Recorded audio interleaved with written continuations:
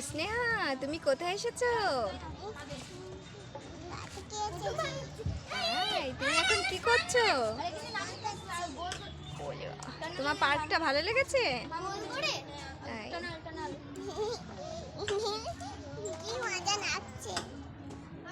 তুমি কার সঙ্গে এসেছো পার্কে?